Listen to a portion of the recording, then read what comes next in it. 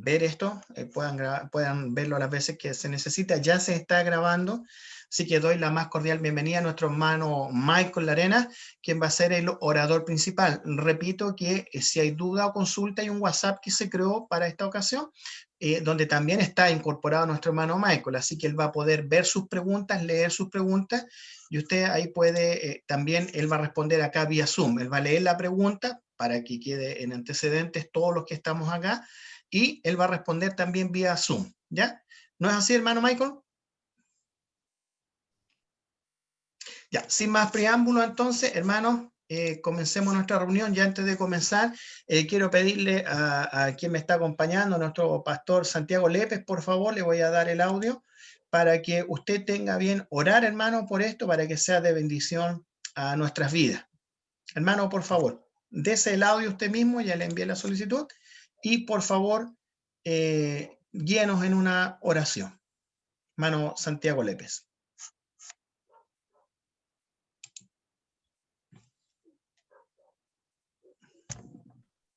Ahora sí.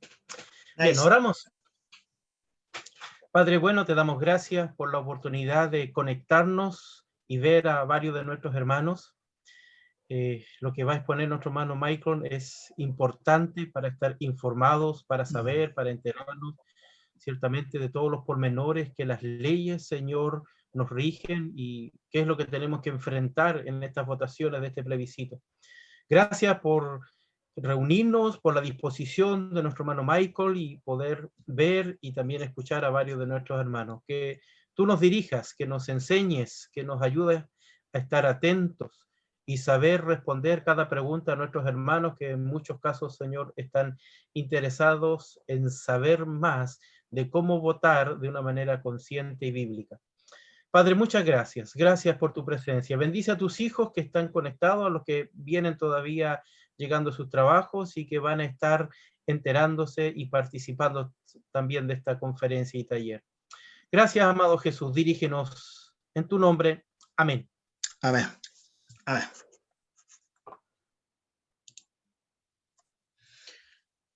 Muy bien, hermano Michael. Buenas tardes a cada uno. Espero que, a pesar de la distancia y las circunstancias en las que nos encontramos cada uno de nosotros, nuestra familia, las personas que están en nuestro entorno, cada uno de ustedes puedan estar bien también guardados y bendecidos en estos momentos aún complejos en los que nos encontramos, y que también en este tiempo donde los ribetes del porvenir de nuestro país también están a la puerta, habiendo responsabilidades y habiendo distintas otras cosas con las cuales nosotros estamos involucrados de manera directa, también nosotros podamos ser partícipes de aquellos procesos que se están llevando a cabo en este momento.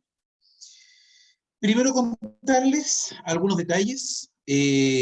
Esta charla no tiene por objeto identificarse con una postura dentro de lo que ha sido últimamente la campaña o del apruebo o del rechazo, sino que poder entregar información suficiente, tratando de ser lo más objetivo posible, para que ustedes puedan tomar una decisión informados, para que ustedes en conciencia puedan evaluar las distintas posturas, condiciones y consecuencias de cada una de las opciones que hoy día tenemos, y sobre esa base tomar una decisión individual y personal. ¿Ya? Entonces, esto no es ni la charla ni del apruebo, ni es la charla del rechazo. Así que eso me quede claro en un comienzo. Segundo, en mi ejercicio personal yo no me dedico al ejercicio del derecho constitucional. Obviamente uno tiene las nociones fundamentales sobre esa área del conocimiento, y me he documentado durante este tiempo a fin de poder tratar de entregar una información lo más clara y lo más precisa posible, ¿ya? Dentro de eso también, la idea de esto es que nosotros nos contextualicemos. Se habla mucho de la Constitución, del cambio, de que no hay que cambiarla, de que aquí, de que allá, pero si nosotros vamos a la pregunta básica, más básica, ¿qué es una Constitución? Quizá muchos de ustedes no me van a poder dar una respuesta. A pesar de que hay información en las redes sociales, a pesar de que vivimos en la era de la información y a través de nuestros teléfonos, nosotros podemos tener acceso a todas las redes, Muchas veces las preguntas más básicas, lo que dan fundamento a una u otra postura que cada uno de nosotros pueda tener, no están completamente resueltas. La idea en este tiempo que vamos a conversar, esto no es una exposición académica, es una conversación, y la idea es que durante este periodo nosotros podamos evaluar lo siguiente. Primero, ¿qué es una constitución? ¿Cómo nacen y para qué sirven? Segundo, origen de nuestra propia constitución y qué implicancias prácticas positivas y negativas tiene nuestra Carta Fundamental. Tercero, el proceso constituyente en el cual nos encontramos hoy día, pero a la puertecita. Y cuarto, un último punto o pilar dentro de esta conversación que vamos a tener en esta tarde, es implicancia para nosotros como creyentes de este proceso constitucional que estamos viviendo y experimentando. ¿Ya? Entonces, en ese contexto, se va a dividir esta exposición en 4 módulos. Al final de cada uno de los módulos vamos a tener un espacio de preguntas, conforme a lo que estamos discutiendo y conversando en cada uno de los módulos, ¿ya? Entonces, primer módulo, antecedentes generales; segundo, Constitución chilena; tercero, procesos constituyentes; y cuarto, implicancias prácticas para cada uno de nosotros. Muy bien. En esta línea, y conforme a lo que estamos conversando, yo les quiero explicar un poco qué es y para qué sirve una constitución, ¿ya? Las constituciones nacen en su origen como un instrumento para colocarle un límite al poder del soberano. Algunos de ustedes probablemente han estudiado reyes, monarcas, ¿cierto? No solamente en la Biblia, sino que también a lo largo de la historia universal.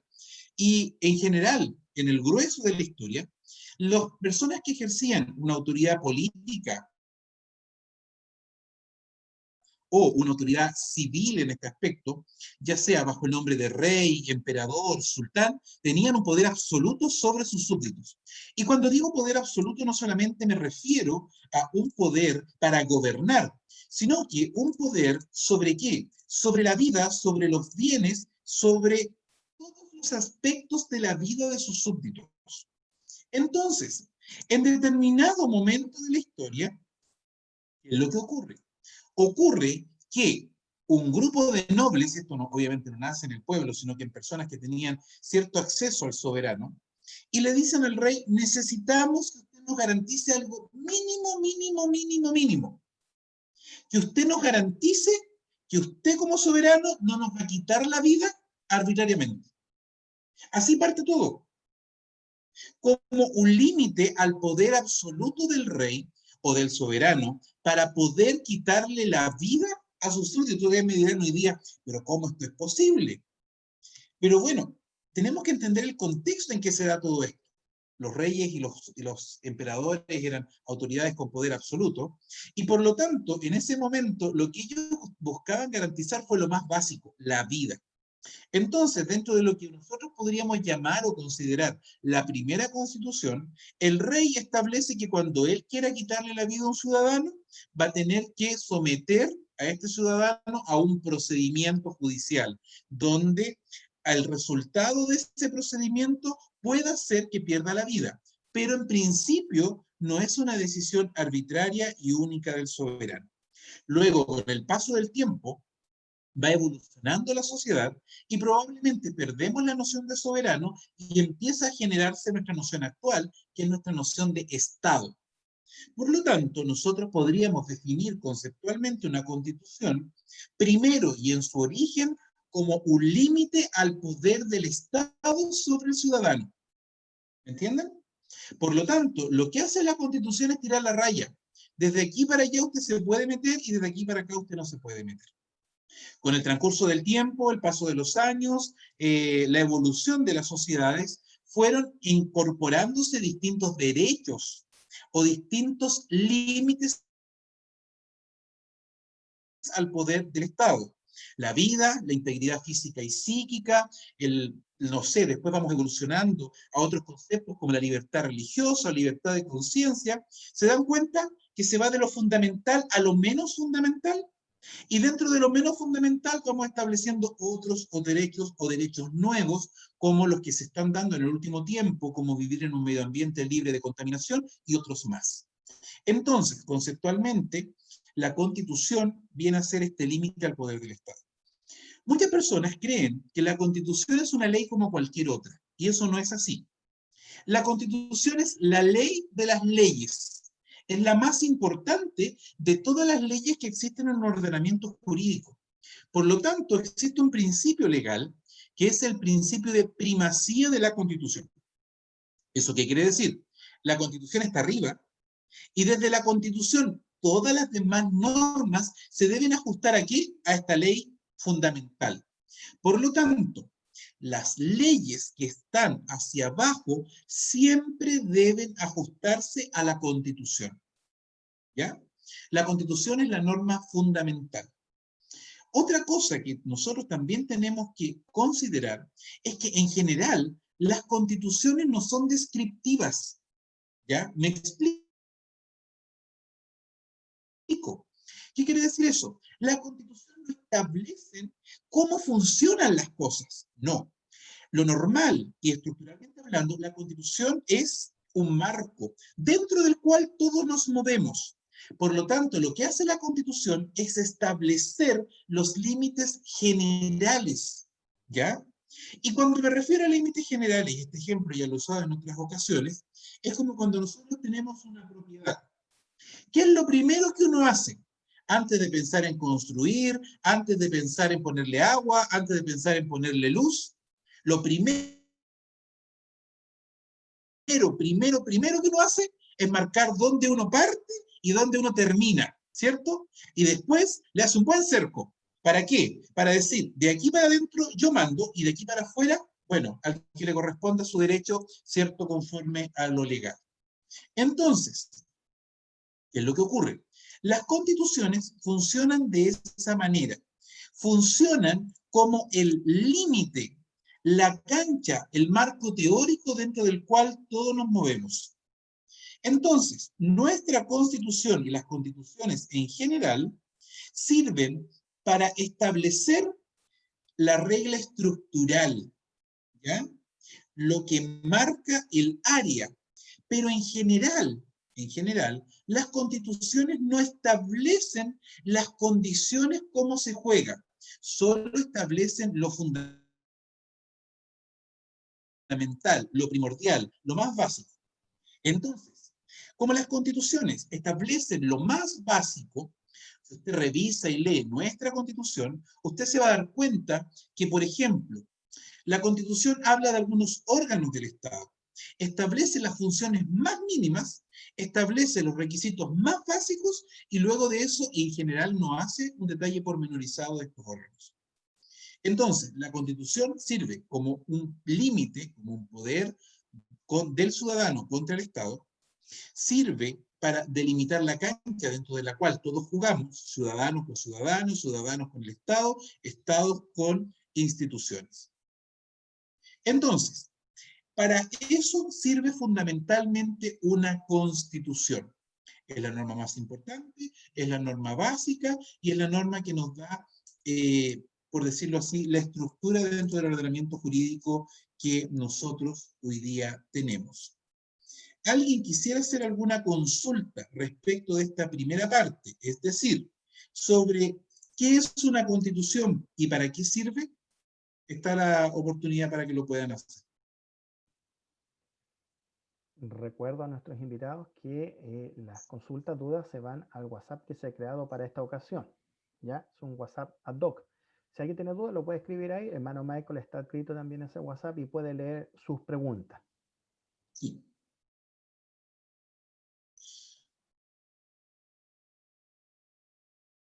Alguien está escribiendo.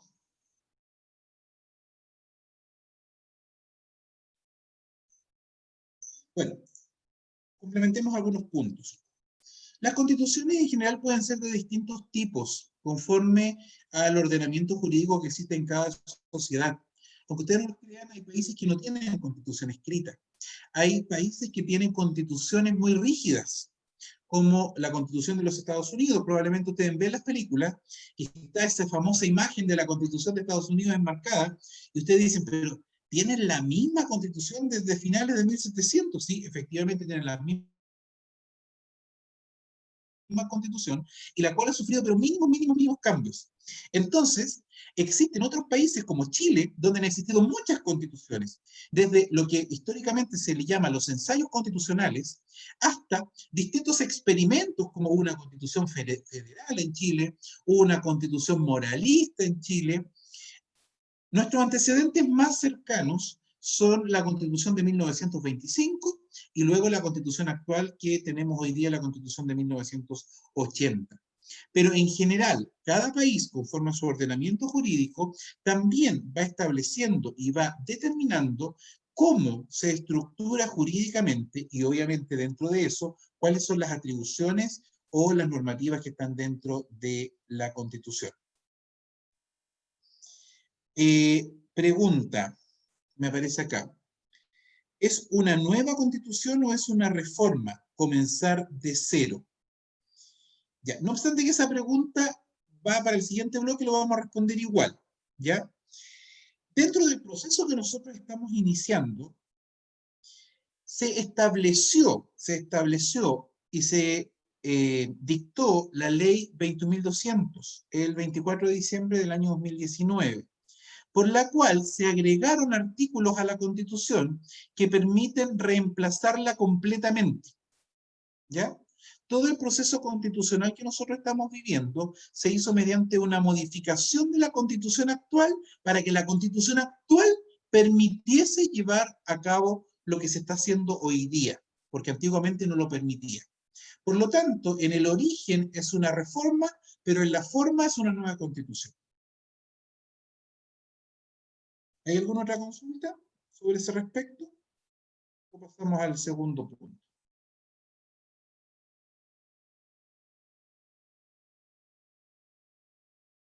Bien, pasamos al segundo punto entonces. Nuestra Constitución actual y vigente. Nuestra Constitución actual y vigente, llamada también la Constitución de 1980, llamada también la Constitución de Pinochet, llamada también la Constitución de Lagos. Puede tener distintos nombres, algunos obedecen a posturas ideológicas, algunos obedecen a posturas políticas o filosóficas de cada una de las personas. Se da en un contexto bien complejo. Para el 11 de septiembre de 1973 se produce lo que se conoce históricamente como el golpe militar o el pronunciamiento militar, también dependiendo de la postura filosófica o política que usted profese, ¿ya? Que tampoco vamos a entrar en ese punto hoy día porque no es el tema de nuestra conversación. Dentro de ese contexto, ese día deja de regir la Constitución de 1925 y comienza este gobierno de facto. Este gobierno de facto, para poder gobernar el país, dictó unas leyes, por decirlo así, que tenían un rango constitucional, que se le conoce como los ensayos constitucionales, y que le dieron cierta gobernabilidad al país en el proceso intermedio, desde 1973 a 1980. El gobierno de turno convoca a una comisión de expertos, en general abogados constitucionalistas, presidida por un famoso académico chileno, el señor Ortúzar, quien presidió esta comisión. Por lo tanto, esta comisión recibió el nombre de la Comisión Ortúzar, además de otras personas connotadas en el área académica y ligadas al derecho constitucional. Entonces, al amparo del gobierno de turno, ellos redactan este texto constitucional. Este texto constitucional, una vez terminado y redactado, se somete a la aprobación de la ciudadanía mediante un plebiscito. Y probablemente algunos de los que están hoy día conectados participaron de ese plebiscito. Estoy mirando algunas caras, pero me imagino que algunos de los más canosos participaron del plebiscito. Hay algunos que se están riendo también. Ese plebiscito tiene muchas objeciones en la forma en que se llevó a cabo. Y ustedes lo van a recordar. Por lo que me he documentado, en ese tiempo no existían padrones electorales. ¿Por qué? Porque habían sido destruidos en determinado momento histórico. Por lo tanto, la forma en que se llevó a cabo, por ejemplo, ustedes iban a votar, tomaban su cédula de identidad y le cortaban la puntita, ¿cierto? Para poder marcar que ustedes ya habían votado. Entonces no existía un registro, no sabían cuántas personas votaban. Por lo tanto, no se conocía lo que nosotros podemos llamar o definir como el universo electoral. Por lo tanto, al no existir este universo electoral, obviamente la forma en que se lleva a cabo el proceso es por lo menos cuestionable. Además, existía un gobierno no democrático en ese momento que no había sido electo por las razones históricas que cada uno de nosotros tiene y conoce. Entonces, en ese contexto,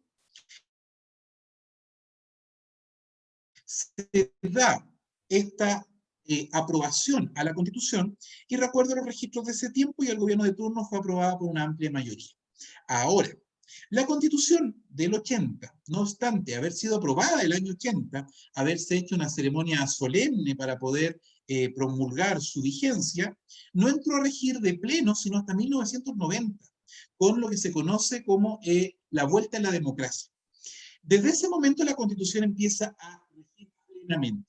De hecho, incluso antes de empezar a regir, nuestra Constitución sufrió modificaciones en algunas adecuaciones que se hicieron entre los partidos políticos de la época, ¿ya? Entonces, nuestra Constitución nace a la vida jurídica en 1980, entra de pleno a la vida nacional en 1990 y está vigente por lo menos hasta el día de hoy, 20 de octubre del año 2020. Durante estos años que ha estado la Constitución en vigor, se han hecho alrededor de 250 modificaciones de distinto tipo. Si ustedes recuerdan y van hacia atrás, van a poder ver y observar que antiguamente los presidentes duraban 6 años en sus cargos. Fue el gobierno de Eduardo Frei y el gobierno de Ricardo Lagos quienes duraron y alcanzaron a gobernar 6 años. Mediante una reforma constitucional, ¿ya? Para que ustedes tengan idea de cómo se ha ido dando un poco, llamada la Reforma Constitucional de Ricardo Lagos, o la Constitución de Lagos, o la reforma del año 2005, se modificó la Constitución, y uno de los puntos que quizás es perceptible por cada uno de nosotros, comprende el hecho de que el mandato presidencial se redujo tan solo a 4 años. Y de ahí en adelante, los siguientes gobiernos que vinieron después de Ricardo Lagos, o sea, Michelle Bachelet, Sebastián Piñera, han gobernado durante 4 años cada uno, ¿ya? Entonces ustedes pueden ver que la Constitución ha sido objeto de modificaciones en distintos tramos, en distintas materias. Se eliminaron los senadores designados y otras tantas normativas que fueron cambiando o mutando, ¿ya? Entonces, nuestra Constitución ha sido objeto de modificaciones en distintas áreas. Ahora, dentro de las críticas que se hacen a nuestra Constitución, existen variadas y de distinto calibre. Dentro de las más comunes o las más universalmente discutidas, está la falta de legitimidad de la Constitución basada en la falta de legitimidad democrática del gobierno que se encontraba de turno. Obviamente el gobierno de turno no había sido electo y por lo tanto aplican una consecuencia lógica: si el gobierno no es democrático, la Constitución no es democrática. Otra cosa que se alega respecto de la Constitución es la falta de participación de la ciudadanía en su redacción, lo cual también es un hecho histórico. Fue redactada por esta comisión de expertos y solamente se sometió a aprobación por parte de la ciudadanía. Dentro de eso, también se hace otra crítica que es más estructural y tiene que ver con que la Constitución es muy difícil de reformar, lo cual es efectivo. La Constitución establece sistema de quórum. ¿Qué quiere decir eso? Quiere decir que mientras más importante sea el precepto constitucional que yo quiero cambiar o modificar, voy a necesitar de una mayor cantidad de senadores y diputados en ejercicio para poder llevar a cabo el cambio que yo quiero efectuar. Entonces, ahí nace la famosa discusión o el principio del quórum de los 2/3. Para yo modificar las partes más estructurales y fundamentales de la Constitución, yo necesito 2/3 de los senadores y diputados en ejercicio, ¿ya? No es solamente los que estén presentes ese día en la sesión del Congreso, sino que todos en total, 2/3. Por lo tanto, entenderán ustedes que la lógica de esta Constitución es que si no hay un gran acuerdo por parte de los que están en el órgano legislativo, la Constitución no se puede modificar, ¿ya? Por lo tanto, existiendo una mayoría simple, pueden modificarse las leyes comunes.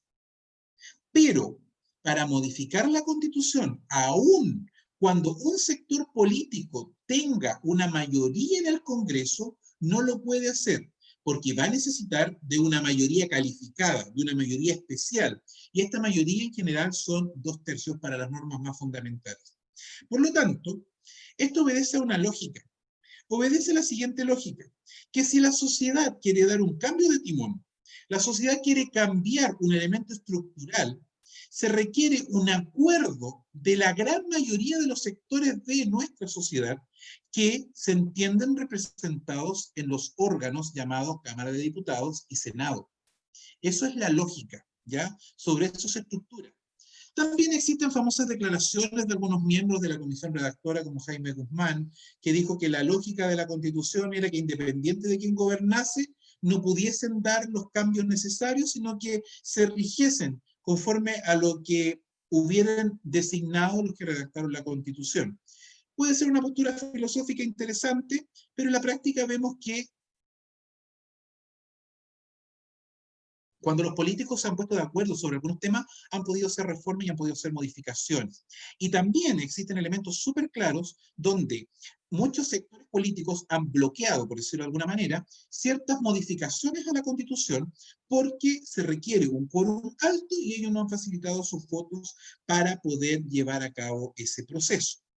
Entonces, dentro de esta Constitución que nosotros tenemos hoy día, tenemos una Constitución que reconoce y ampara ciertas condiciones y ciertas particularidades.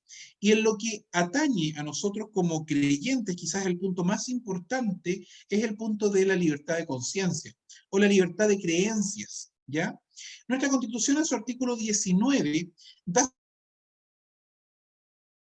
ciertas garantías. Y cuando entramos a evaluar lo que es la libertad de conciencia, la Constitución, primero que todo, garantiza que usted y yo tenemos libertad de creer en lo que nosotros queramos, ¿ya? Mientras no sea contrario a la moral, a las buenas costumbres y al orden público, usted puede creer en lo que usted quiera. Si usted quiere creer en la gran pelota verde que viene a buscar al mundo en 2 años más, créalo, la Constitución se lo garantiza. Pero la Constitución también le garantiza su libertad para que usted no crea en nada. En Chile usted puede creer lo que quiera o no puede creer, y la Constitución le garantiza libertad. Dentro de lo que nosotros consideramos las organizaciones religiosas, se establece que el Estado reconoce y ampara los grupos intermedios, dentro de los cuales nosotros estamos considerados como uno de ellos. Las iglesias, organizaciones religiosas, corporaciones, fundaciones, a través de los cuales se estructura y organiza la sociedad, ¿ya?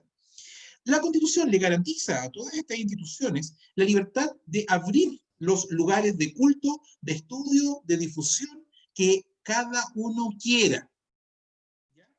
Por lo tanto, si el día de mañana un grupo de ateos quiere abrir una radio atea, no hay ningún problema porque en Chile existe libertad de conciencia. Y si alguno de ustedes quiere abrir una radio de corte cristiano protestante, tiene plena libertad para hacerlo porque tiene libertad de conciencia. Entonces, existe una libertad para abrir centros de difusión y de expresar y compartir las creencias en todo lugar. Aparte de eso, existe un beneficio que también está garantizado en la Constitución, que es que los inmuebles que tengan las organizaciones religiosas no van a pagar contribuciones a los bienes raíces, lo cual es un beneficio súper importante, porque en general las iglesias están ubicadas en sectores céntricos, en las ciudades, y eso implica necesariamente gasto por tema de contribuciones, y existe también ese derecho. Entonces, nosotros como creyentes tenemos varias garantías que la Constitución nos entrega el día de hoy. ¿Ya? Ahora bien, dentro de estas garantías que nosotros tenemos, la Constitución podríamos decir que de alguna manera ha sido una Constitución bastante beneficiosa para nosotros como protestantes. ¿En qué sentido? En el sentido que ha establecido beneficios o condiciones que a nosotros de manera directa nos benefician, ¿ya? Y hasta el momento esa ha sido la tónica legal en nuestro país. Ahora bien, no obstante que la Constitución establece que en Chile existe libertad de culto y libertad de conciencia, esta Constitución que nace en el año 80, que entra en pleno vigor el año 90, no es hasta 1999 cuando nace y entra en la vida jurídica la ley de culto. que es una ley que viene a determinar en específico cómo se lleva a cabo estos derechos y muchas de estas prerrogativas que establece la Constitución. Por ejemplo, le doy un caso súper específico. La ley de culto establece que cualquiera sea la religión que usted profese, usted tiene el derecho legal de poder abstenerse de trabajar el día de que su religión le prescriba. Por lo tanto, si el hermano Raúl Javia quiere armar su propia organización religiosa que descanse los lunes, no habría ningún problema porque la ley y la Constitución se lo garantiza. Así que no sé cómo le pondríamos a ese grupo, de los que descansan los lunes, los lunáticos. No Los sé, munitas, los ahí va munitas. la creatividad de cada cual. Pero la Constitución lo garantiza y la ley también. Ahora, ¿por qué estoy usando el ejemplo de la ley de culto? La Constitución nace el 80, entra en vigor el 90 y recién 9 años después de la entrada en vigor, o 19 años después de que la Constitución se dicta, recién tenemos la ley que regula los derechos y las obligaciones y la forma en que se llevan a cabo los procedimientos para ejercer este derecho y esta libertad religiosa. Ahora, aparte de la ley de culto, existen distintos reglamentos que ha dictado el Ministerio de Justicia para conceder personalidad jurídica, por ejemplo, a las iglesias, las llamadas personalidades jurídicas de derecho público. Entonces, ¿por qué tomó esa normativa? Para que ustedes entiendan, tenemos una Constitución que establece estas ideas muy globales y muy generales. 19 años después de esa Constitución se dicta la ley de culto que las desarrolla, ¿ya? Una ley de quórum simple, que el día de hoy cualquier grupo político con mayoría la puede eliminar. No así, la Constitución no puede eliminar la garantía constitucional de la libertad de conciencia porque se requieren 2/3. ¿Se dan cuenta? Mientras más vamos escalando, se requiere una mayor cantidad de senadores y diputados para poder hacer las modificaciones. Y existen distintos reglamentos que permiten llevar a cabo la ley de culto, o sea, Constitución, ley de culto, reglamentos, los cuales se modifican vía decreto, o sea, el gobierno que esté de turno lo puede modificar sin más. ¿Ya?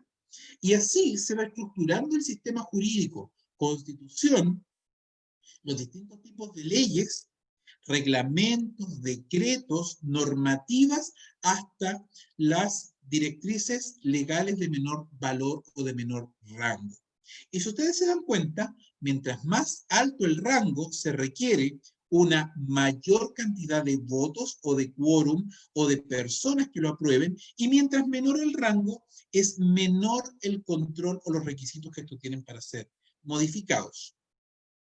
Ahora bien, dentro de lo que llevamos conversado respecto de nuestra Constitución actual, ¿hay alguna consulta que ustedes quieran plantear?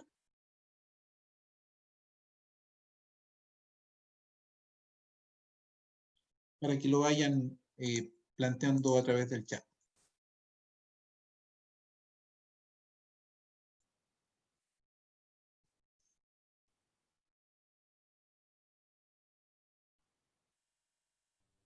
Compartamos las preguntas.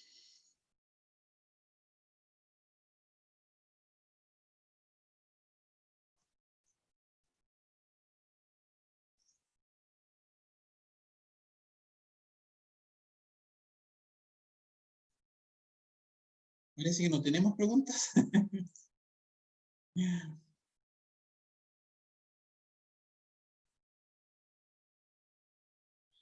Alguien está escribiendo, pero parece que es larga la pregunta.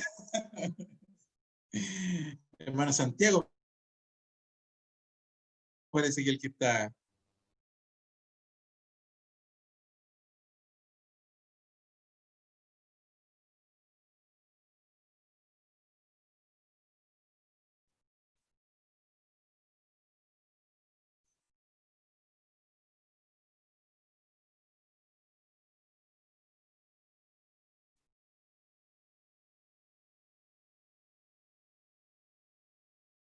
Ya. Hermano Santiago pregunta, ¿en la actualidad nos afectaría un cambio constitucional? Ya. Obviamente, todo cambio, todo, absolutamente todo cambio, siempre va a afectar a alguien. Eso es un principio universal. En la medida que yo mueva las normas hacia un lado o hacia otro, hacia arriba o hacia abajo, siempre el derecho o la prerrogativa de alguien pudiese verse afectada, ¿ya? Ahora, dentro de, y antes de entrar en lo que es el proceso de reforma constitucional o de modificación de constitución que vamos nosotros a enfrentar, establecer algunos puntos, ¿ya? Se habla o se comenta de la llamada hoja en blanco. ¿Qué quiere decir eso? Que el órgano, independiente de cuál sea que redacte la Constitución, va a tener plenas y completas facultades para modificar todo. No es que tenga facultades para modificar todo, es que tiene facultades para redactar toda la Constitución. Por lo tanto, hablar de hoja en blanco yo considero que es un término correcto, porque dentro del proyecto de ley que autorizó ya la ley 21.200 a iniciar este proceso constitucional mediante la agregación de artículos a la Constitución actual, se establecieron solamente unas muy pequeñas limitaciones, que el órgano constituyente no podrá interferir con otras funciones de los órganos del Estado, porque su labor es solo redactar una constitución, que no se puede modificar el régimen democrático chileno, ¿cierto?, y la institucionalidad republicana que nosotros tenemos, y que se deben respetar los tratados internacionales. Y son todas las limitaciones que tiene hoy día el órgano redactor, independiente de cuál sea, ¿ya? Por lo tanto, si usted me dice, pero el órgano redactor me va a conservar todos los derechos, sí, es probable. Y si usted me dice, el órgano redactor me va a quitar todos los derechos, también es probable. Entonces se genera un principio de incertidumbre. ¿Por qué? Porque quienes participaron de este proceso lo hicieron atarantadamente y en vez de colocar límites básicos, límites muy básicos. O sea, por ejemplo, estamos de acuerdo en que los derechos establecidos en la Constitución hasta ahora a todos nos sirven y a todos hasta el momento nos tienen conformes. Los derechos. No estamos hablando de aquellas cosas que faltan. Por lo tanto, fácilmente, las personas que redactaron este proyecto pudieron haber dicho, vamos a conservar el artículo 19 de la Constitución, al cual solo se podrá modificar o agregar. Lo planteo como una opción. ¿Para qué? Para tener una base sobre la cual establecer el órgano constitucional para su trabajo. Pero no fue así, sino que la ley que se dictó, la ley 21.200, permite modificar todo. Puede suprimir un artículo completo, puede cambiar la redacción entera de un artículo, o puede crear un nuevo artículo que no existía. Puede eliminar derechos, como puede crear nuevos derechos. No tiene limitación más allá de los 3 puntos que yo les señalé en un comienzo cuando empecé a responder la pregunta. Por lo tanto, ¿nos podría afectar? Sí, nos podría afectar. Después, tengo otra pregunta. En la modificación de 25 de octubre, ¿podemos perder garantías constitucionales los evangélicos? Hermano Marcelo, lo del 25 de octubre no es una modificación. Lo del 25 de octubre nosotros lo podríamos llamar como un plebiscito de apertura, ¿ya? En ese plebiscito solo se va a votar en primera instancia si usted está de acuerdo o no en que se redacte una nueva constitución. Nada más que eso. Y obviamente en el segundo voto, la segunda plantilla, si es que esta constitución va a ser redactada por un órgano o por otro órgano. Solo eso, ¿ya? No hay cambio constitucional, aún no hay reforma constitucional tampoco. Ahora, eso lo vamos a detallar más holgadamente en el siguiente módulo. Así que atento ahí, hermano Marcelo. ¿Alguna otra pregunta?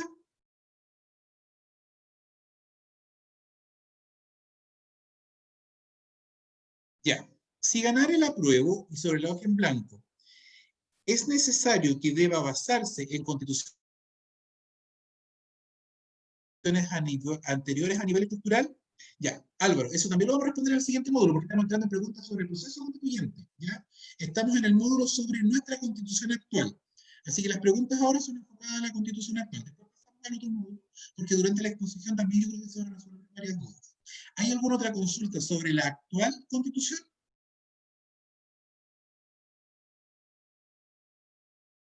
Si alguno tiene alguna, plantéela en el chat y después la retomamos cuando vamos a la parte general. Ya, pasemos al tercer módulo.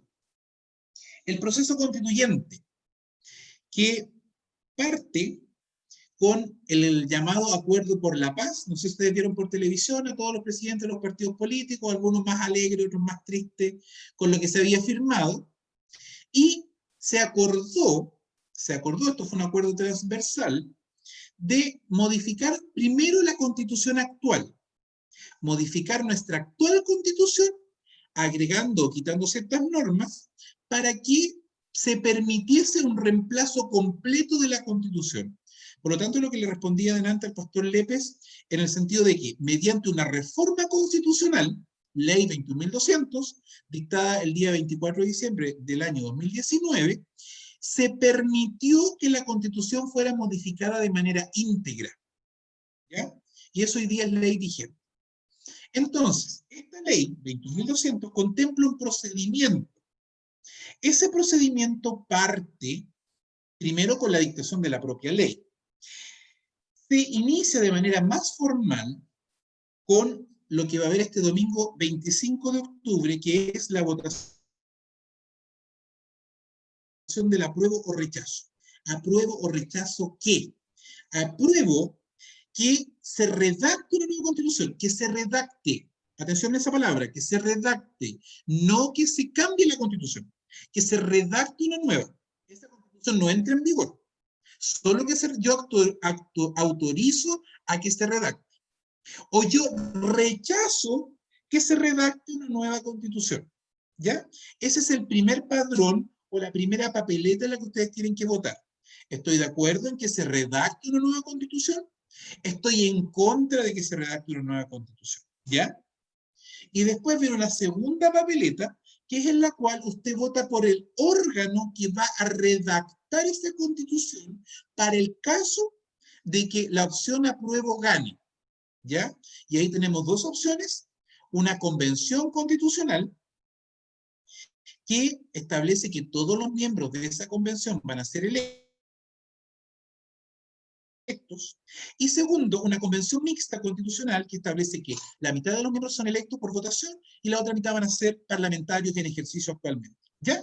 Esas son las opciones que hay para este día domingo, en el cual usted me imagino que va a participar.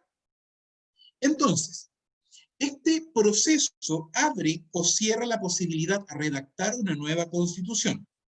Entonces, primer punto importante, si el día domingo gana el apruebo, la constitución actual sigue vigente, ¿ya? No entramos en un periodo de vacío, ¿ya? No entramos en un periodo de hoja en blanco, o sea, no es que la constitución se descabeza y no hay nada, no. La constitución sigue vigente. ¿Por qué? Y esto es súper importante en la lógica jurídica que armaron las personas que redactaron esto, porque este cambio se está haciendo al amparo de la Constitución actual. ¿Se acuerdan que yo les dije que se agregaron un par de artículos? Y esos artículos permiten que se haga el proceso, por lo tanto estamos dentro de la legalidad vigente. Primer punto. Segundo punto, y súper importante, porque estamos en el proceso de la papeleta. Si usted vota apruebo, tiene derecho a votar el órgano que redacta la Constitución. Y si usted vota rechazo, también tiene derecho a votar el órgano que redacta la Constitución, ¿ya? Por lo tanto, el hecho de que usted vote apruebo o rechazo no lo condiciona al siguiente voto. Usted tiene derecho a votar en ambas papeletas, en las dos, ¿ya? Eso téngalo súper claro. Ahora, si gana la opción rechazo, el proceso termina y sigue todo tal cual como hasta hoy día, ¿ya? Y si gana la opción apruebo, se abre el proceso legal para redactar la nueva constitución, ¿ya? Y ahí va a tener importancia el segundo voto, porque el segundo voto va a determinar cómo se va a conformar el órgano que va a redactar la nueva constitución. Si es una convención constitucional, o lo que algunos llaman una asamblea constituyente, todos los miembros que conformen este órgano redactor van a ser electos. En votación, como se ha hecho siempre, todas las votaciones de, y aquí viene la palabra clave, de los parlamentarios, ¿ya? No sé si usted sabe, pero los parlamentarios no se eligen por votación directa. Los parlamentarios, para poder ser elegido parlamentario, no basta que usted saque la mayoría de los votos. Hay una serie de reglas que establecen un sistema de listas, donde generalmente compiten 2 o más parlamentarios o candidatos de un mismo sector, donde algunos parlamentarios son electos con un 40% de los votos y otros son electos con un 1% de los votos. Caso de Florcita Motuda, si ustedes no tienen ahí algún caso para referenciarse, donde la posibilidad de que candidatos independientes participen es prácticamente nula. De hecho, dentro de lo que yo revisé, solamente he encontrado una persona que fue electa senador como candidato independiente, que fue don Carlos Bianchi, en Punta Arenas. Claro, él había sido alcalde, él tenía una carrera política y en una zona con muy pocos habitantes, y él logró ser candidato independiente, pero no estoy documentado de si existen más. Y de existir, tienen que ser contados con esta mano, ¿ya? Por lo tanto, quienes van a tener la llave para nominar a los candidatos son los partidos políticos. Los partidos políticos van a determinar quiénes van a competir. Y usted ya ha visto en televisión que muchos partidos ya han anunciado quiénes van a ser sus candidatos, aun cuando ni siquiera se lleva a cabo la votación del domingo. Y lamentablemente son los mismos de siempre. Vamos a terminar eligiendo a políticos para que redacten el órgano que le coloca límite a ellos como políticos. Lo cual me parece algo a lo menos sospechoso. ¿Ya? Dentro de esto, al ser la norma para elección de parlamentarios la que va a regir el proceso, a mí me resulta totalmente indiferente cuál de los dos órganos sean. ¿Por qué? Porque hoy día, ¿quiénes van a designar al grueso de los candidatos? Los partidos políticos. Y si es el Congreso mixto o la Asamblea Mixta Constitucional, también en definitiva van a ser, en virtud de la proporción o representación política que ellos tengan, quienes van a definir a quienes van a redactar la Constitución. Políticos redactando las normas que limitan el poder de los políticos, lo cual me parece de nuevo a lo menos sospechoso. Ahora, dentro de esto, hay algunos vacíos legales. ¿Por qué? Porque como todo esto fue rápido, como todo esto fue a la loca, como todo esto fue con apuro, con presión, por ejemplo, no está la normativa que establece cómo se van a elegir a los parlamentarios en ejercicio en caso de que gane la Convención Mixta Constitucional. Hay muchas normativas o muchos procesos que no están redactados. Por ejemplo, no está redactado el reglamento interno que va a regir al órgano constitucional que va a redactar la nueva constitución. Solo tenemos ideas muy generales. Por ejemplo, está la idea de que toda la normativa constitucional tiene que tener 2/3 para ser aprobada. Eso dice la ley 21.200. ¿2/3 de qué? ¿Vamos a necesitar 2/3 para aprobar cada artículo? ¿Vamos a necesitar 2/3 para hacer una propuesta de la nueva Constitución? ¿O cuando el órgano termine de sesionar, el órgano va a tener que votar por 2/3 el texto definitivo que va a salir? Hoy día es una nebulosa porque la ley 21.200 no lo dice. Solo dice que todos los acuerdos tienen que ser por 2/3. Entonces se dan cuenta, como si es una ley a la rápida, hubieron muchas cosas que no pudieron prever, que no las consideraron, sino que dijeron, lo vamos a hacer, nos tiramos al agua y lo hicieron, punto, nada más. Ahora, una vez que este órgano constitucional redacte la nueva constitución, se tienen que ajustar al plazo que establece la ley. El plazo son 9 meses, ¿ya? Dentro de 9 meses tienen que tener una constitución redactada. Y en caso de que en 9 meses no lo logren, van a tener un plazo adicional de 3 meses para entregar el texto definitivo de la Constitución. ¿Ya? Entregan ese texto definitivo, el gobierno va a tener que difundir ese texto, va a haber campaña de nuevo, así como está el apruebo o rechazo, va a haber una campaña de apruebo o rechazo al texto. Ahora, al texto nuevo. Usted aprueba el nuevo texto, usted rechaza el nuevo texto. ¿Ya? Pero, de nuevo aquí una trampita. Usted no puede elegir norma por norma. Usted o aprueba el texto completo o rechaza el texto completo. ¿Ya? No existe la posibilidad de que usted pueda manifestar su opinión respecto de los órganos que establece el texto constitucional, respecto de las obligaciones y deberes que establece el texto constitucional. Por lo tanto, usted y yo solo vamos a participar en el plebiscito de apertura, apruebo o rechazo, iniciar el proceso, y en el plebiscito de salida, apruebo o rechazo la nueva constitución. Por lo tanto, y esto es una opinión muy personal mía, la ciudadanía no va a participar en la redacción de la nueva constitución, aunque se diga en publicidad que es la constitución del pueblo, que es la constitución de la gente, porque ni usted ni yo vamos a tener acceso a participar ni a opinar. Por ejemplo, yo no tengo problemas en que se redacte una nueva constitución, pero a mí me interesa que mi opinión sea respetada. Por lo tanto, a mí me hubiese parecido más lógico o más correcto que se hubiese establecido el catálogo de derechos constitucionales o el catálogo de normativas y que cada uno de ustedes hubiese podido votar. La educación, ¿cómo la quiere? ¿La quiere más Estado, educación pública? ¿La quiere mixta como la tenemos hoy día o quiere una educación particular? ¿Cuál le gusta más? Vote. La salud, ¿cómo la quiere? ¿Qué le parece a usted el catálogo de derechos o garantías que estamos estableciendo en materia de libertad de conciencia, por ejemplo? Pero no vamos a tener esa opción. Solo vamos a tener la opción de aprobar completamente la nueva constitución o rechazar completamente esta nueva constitución. ¿Ya? Ahora, hay que ser quizá un poco ingenuo para decir que la constitución actual no tiene pifias, porque tiene muchas. Es una obra humana. Por lo tanto, en su origen, en su génesis, es un instrumento defectuoso. Obviamente, la Constitución actual, al ser una ley de hombres, privilegia o defiende los derechos de quienes tenían en ese momento el poder para hacerlo. ¿Ya? Y no estoy hablando de política ni en favor ni en contra. Eso va a pasar en todo lugar y en todo momento. Quien tenga más poder va a imponer su criterio al resto, ya sea o por la fuerza, o por la democracia, o por el poder que sea, político, social, religioso. ¿Por qué? Porque es parte del defecto humano tratar de estar sobre el otro. ¿Ya? Eso es parte de nosotros como nuestra naturaleza humana, nuestra naturaleza pecaminosa. ¿Ya? Entonces yo tampoco aquí vengo a tirarle grandes flores a nuestra actual constitución porque al ser una obra humana tiene defectos. ¿Ya? Pero, como le estoy señalando, si nosotros colocamos en una balanza, ¿qué cosa?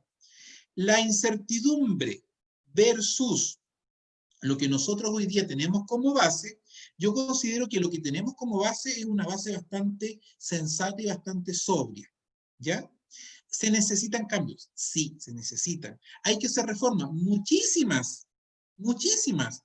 Nosotros como creyentes no podemos ser insensibles al dolor o a los abusos que existen, pero nosotros obviamente tenemos que hacer todo lo que hagamos en conciencia, ¿ya? En conciencia de por qué votamos, en conciencia de para qué, cuál es nuestra motivación, qué nos está moviendo, qué nos está motivando a participar o no participar, ¿ya? Entonces, hermanos queridos, luego de este proceso constitucional o constituyente, ¿qué es lo que viene? Viene la aprobación. Ese plebiscito de salida, de apruebo o rechazo al texto constitucional, y si el texto constitucional es aprobado, recién ahí deja de regir la constitución actual. ¿Ya? Una vez que se apruebe en el segundo plebiscito, que debiese ser en aproximadamente 2 años más, recién ahí cambiaría la constitución. Sígame la lógica. Plebiscito de apertura, apruebo o rechazo. Luego de eso van a tener que convocar elecciones para las personas que van a conformar el órgano constitucional. Va a tener que investírsele de poderes, las típicas ceremonias de investidura, ¿cierto? Va a empezar a correr el plazo de los 9 meses, que van a poder aumentarlo a 12, solo para redactar. Una vez que esté redactado, le presentan el proyecto del presidente de la República. El presidente de la República va a tener que convocar elecciones para que ese texto sea aprobado o rechazado. Va a tener que haber a lo menos un mes de campaña electoral. Por lo tanto, estamos hablando de un proceso que va a demorar a lo menos 2 años. No es algo rápido, no es algo automático. Entonces, Recién en 2 años más, en caso de que gane el apruebo, pudiese existir una nueva constitución, dentro de los plazos y los parámetros que la propia ley 21.200 establece. Ahora, yo quiero ser súper claro y súper objetivo con ustedes. Ambos sectores, los del apruebo y los del rechazo, en sus campañas mienten abiertamente. Unos dicen que esta es la constitución del pueblo, esta es la constitución de la gente, la que vamos a redactar todos nosotros. Los otros dicen, no, hagamos los cambios ahora, porque ¿para qué vamos a esperar 2 años? ¿Por qué vamos a gastar tanto en redactar una constitución? No tiene ningún sentido. Siendo que ambos sectores políticos, derecha o izquierda, han tenido la oportunidad de gobernar. Es histórico. Y ambos sectores no han hecho las reformas que hoy día mismo están defendiendo o negando. Muchos van y dicen, la culpa es de la Constitución, pero hagamos un análisis objetivo. ¿A quiénes se les eligió y a quiénes se les paga abundantemente para que gobiernen? A los políticos. Y ellos, en su labor remunerada, no han cumplido con el estándar para el cual han sido electos. Ahora, nosotros como ciudadanos en muchos aspectos también somos irresponsables, primeramente cuando no participamos de las elecciones, cuando nosotros no participamos de los métodos que existen para involucrarnos en las decisiones de las autoridades, para acercarnos a los órganos públicos, para manifestar nuestra opinión, mira, por último, para gritar, yo no estoy de acuerdo con eso. Entonces, también tenemos una responsabilidad, no solamente como las personas que están a cargo, hay una responsabilidad de la sociedad. Y en eso nosotros también tenemos responsabilidad individual porque somos parte de esa sociedad. Ahora, dentro de los procesos que se inician, cada uno de ustedes podrá tener la opinión o la opción política que más le parezca, ¿ya? Yo no estoy hoy día para convencer a ninguno de ustedes. Lo que yo quiero es que ustedes puedan evaluar con su mente, con su conciencia, con su libre albedrío, con ese espíritu que Dios ha puesto en cada uno de ustedes, qué es lo más conveniente o qué es lo menos conveniente. Pero no porque ustedes representen una postura política, sino que porque hay un convencimiento en lo espiritual en cada uno de ustedes, ¿ya? Entonces, dentro de eso, y por favor, ninguno me pregunte si yo apruebo o rechazo, porque no le voy a responder esa pregunta. ¿Hay alguna pregunta que quieran plantear sobre el proceso constituyente?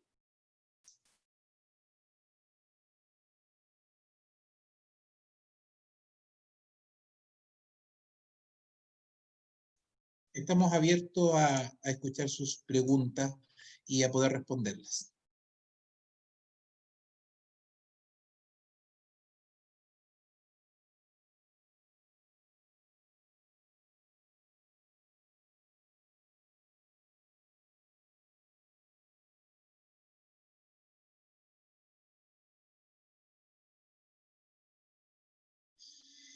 Ya. Ahora voy a responder a la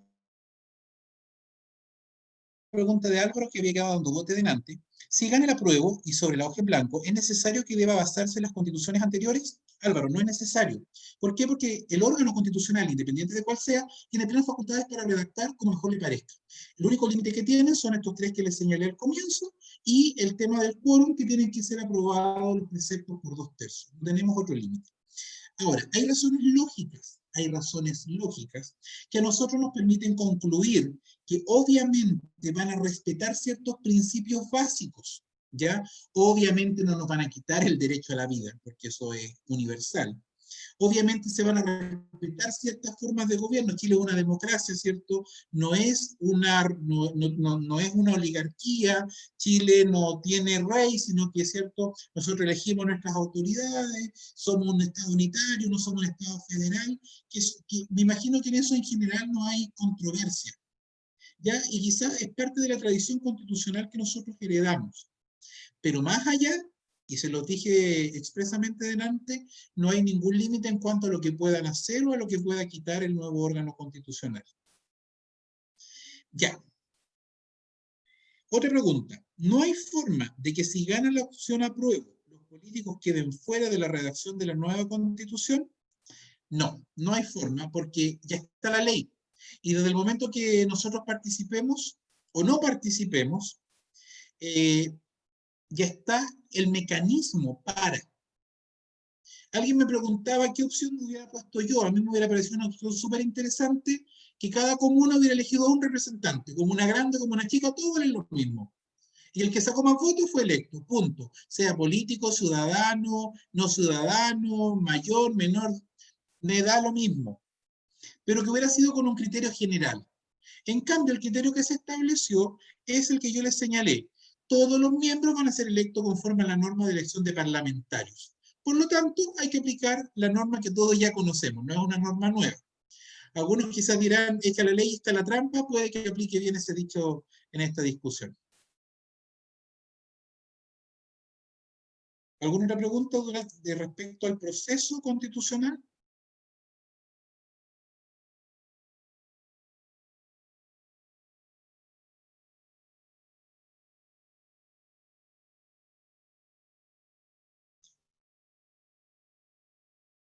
Parece que no hay muchas preguntas. Ya, bien. Sigamos. Vamos entonces a implicancias prácticas para nosotros como creyentes. Y ustedes dirán, ¿y qué miércoles nos afecta todo esto que está pasando? Obvio que nos afecta, porque por gracia de Dios somos parte de un país, somos parte de una nación, en la cual Dios nos ha permitido crecer, vivir.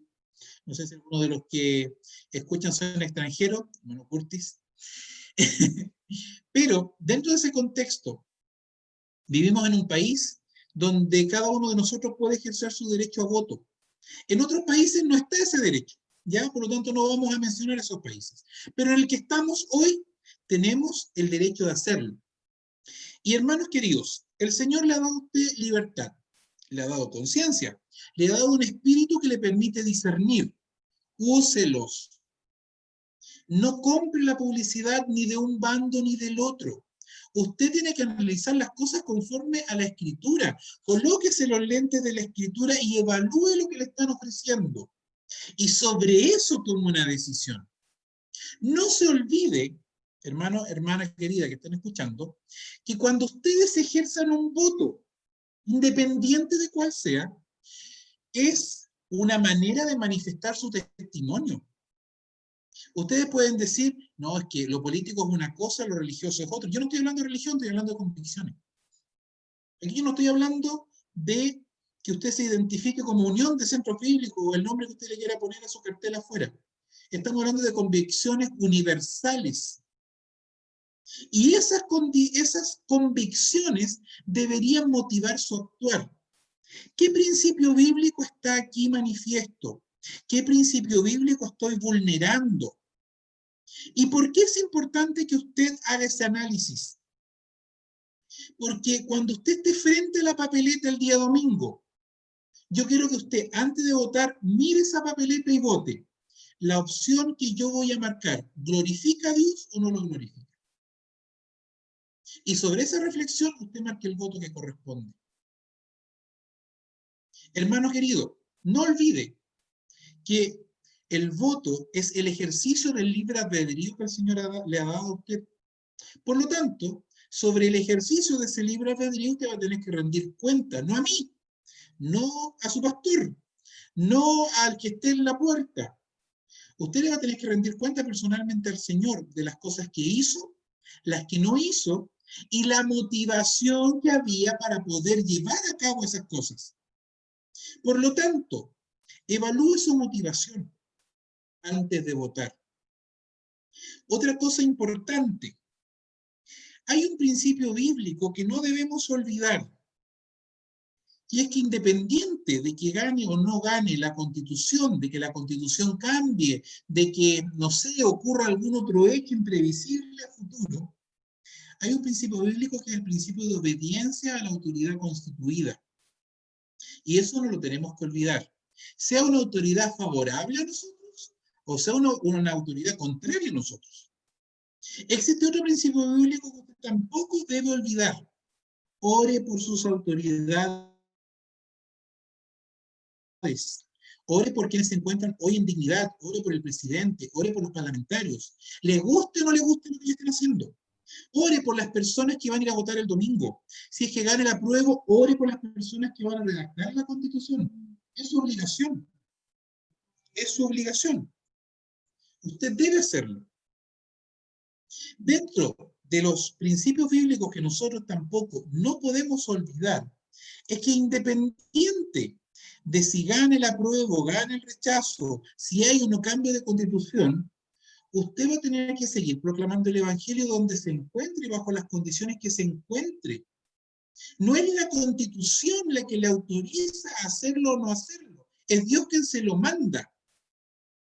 Puede que bajo un régimen político sea más fácil, más sencillo, y bajo otro sea más peligroso, incluso corra peligro su vida. Pero usted tiene una obligación delante del Señor de proclamar el evangelio siempre, independiente de las condiciones, de las circunstancias en las que se encuentre. Otra cosa que usted tiene que tener muy clara es que no tiene que tener miedo. Así como muchas veces nosotros decimos, si Dios es con nosotros, ¿quién contra nosotros? Independiente de lo que ocurra, Dios sigue siendo el mismo ayer, hoy y por los siglos. Y está con sus hijos y está con su iglesia, independiente de las circunstancias en las que nos encontremos. Y hermanos queridos, probablemente podría pasarme mucho rato más hablando de muchos otros principios bíblicos que nosotros tenemos que considerar. Pero les quiero hacer un llamado personal. Esto no es a petición del presidente de distrito, no, es un llamado personal mío. Participe, involúcrese, infórmese, ejerza aquellos derechos y prerrogativas que hoy día tiene. ¿Por qué? Porque somos parte de la sociedad y nosotros podemos ser un agente de cambio.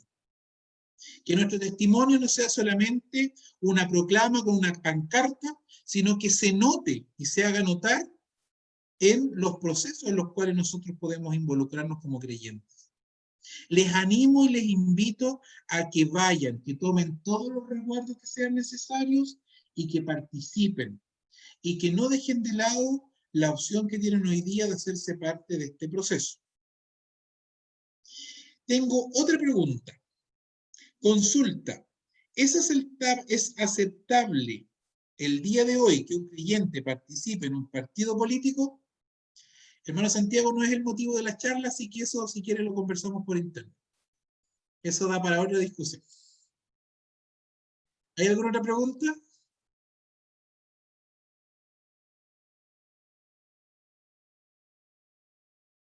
¿Sobre lo que viene? ¿Sobre lo que vendrá?